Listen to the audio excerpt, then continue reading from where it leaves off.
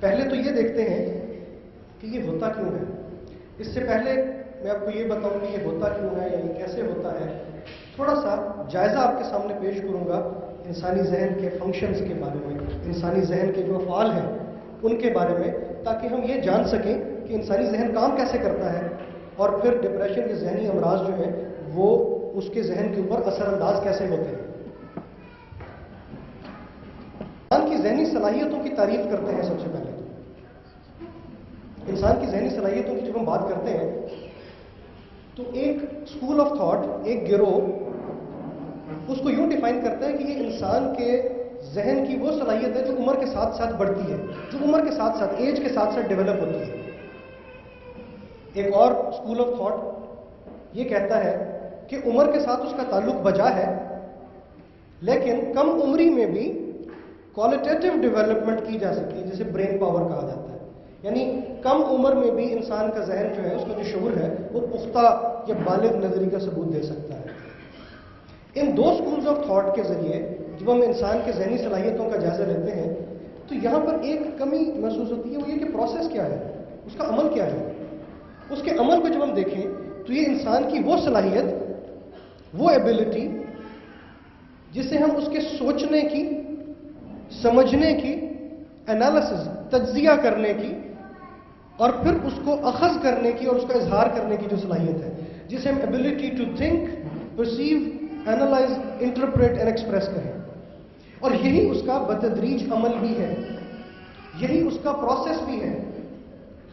اسی پروسیس کو neuro science کی روح سے حضرت امام غزالی رحمۃ اللہ علیہ یوں بیان فرماتے ہیں کہ نظر کھٹک پیدا کرتی ہے. کھٹک جسے سائنس کی زبان میں سٹیمولس کہا جاتا ہے.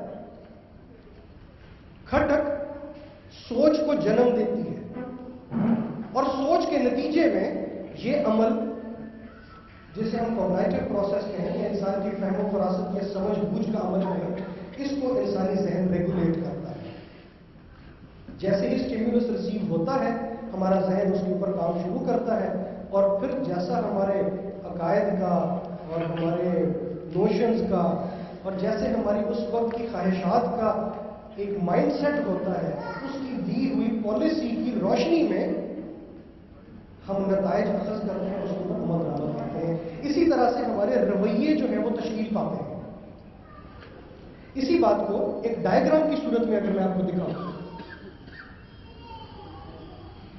تو وہ کچھ یوں ہوگا کہ جیسے ہی نگاہ کو تحریک ملتی ہے، ہماری آنکھ کچھ بھی دیکھتی ہے تو وہ ہمارے برین کے ایک حصے میں ریسیو ہوتا ہے اور اس کے بعد اس کے اوپر ایک عمل ہوتا ہے. یہ ہمارے دماغ کا وہ حصہ ہے جس کا تعلق ہمارے جذباتی ریئیکشن سے ہے، ہمارے ایموشنل ایریاز سے ہے. اس کے بعد پھر یہ ہمارے ذہن کا، ہمارے برین کا جو پچھلا حصہ جسے ہم آکسیپیٹل لوب کہتے ہیں، وہاں پر منظر کشی ہوتی ہے. اس کی وہاں ایک شیپ بنتی ہے اس خیال کی یا اس ویژول کی جو ہم دیکھ رہے ہیں، وہ کورلیٹ ہوتی ہے ہمارے علم کے ساتھ، ہمارے ذخیرہ علم کے ساتھ. اور اس کے بعد پھر اس کے اوپر تجزیاتی عمل جو ہے، اس کے اوپر تجزیے کا عمل ہوتا ہے. ہم اس کا انالیسس کرتے ہیں.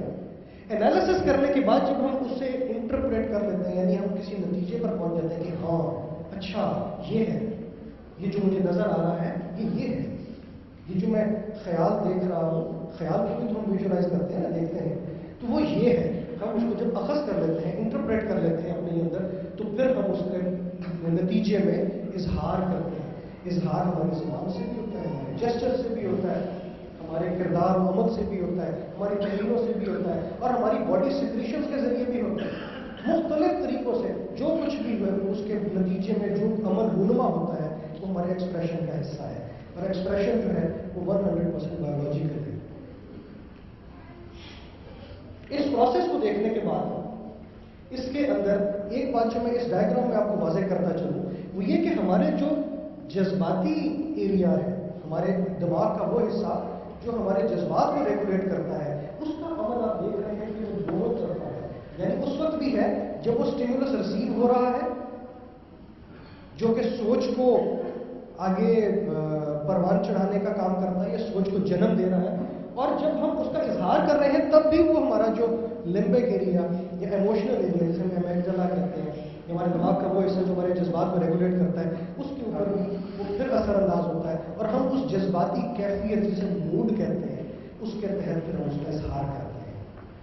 یہ وہ پروسیس ہے، یہ وہ عمل ہے جس کو سمجھ لینے سے، جسے انڈرسٹینڈ کر لینے سے ہم اسی عمل کے اوپر پڑنے والے اثرات، خواہ وہ بیرونی ہو یا اندرونی ہو، ان کا جائزہ لے سکتے ہیں اور ڈپریشن یا ذہنی اور نفسیاتی امراض کی روٹ کاز، اس کی وجوہات کو جان سکتے ہیں. جب ہم نے اس کی وجوہات کو جان لیا نا، پھر سمجھے آدھا کام ہو گیا.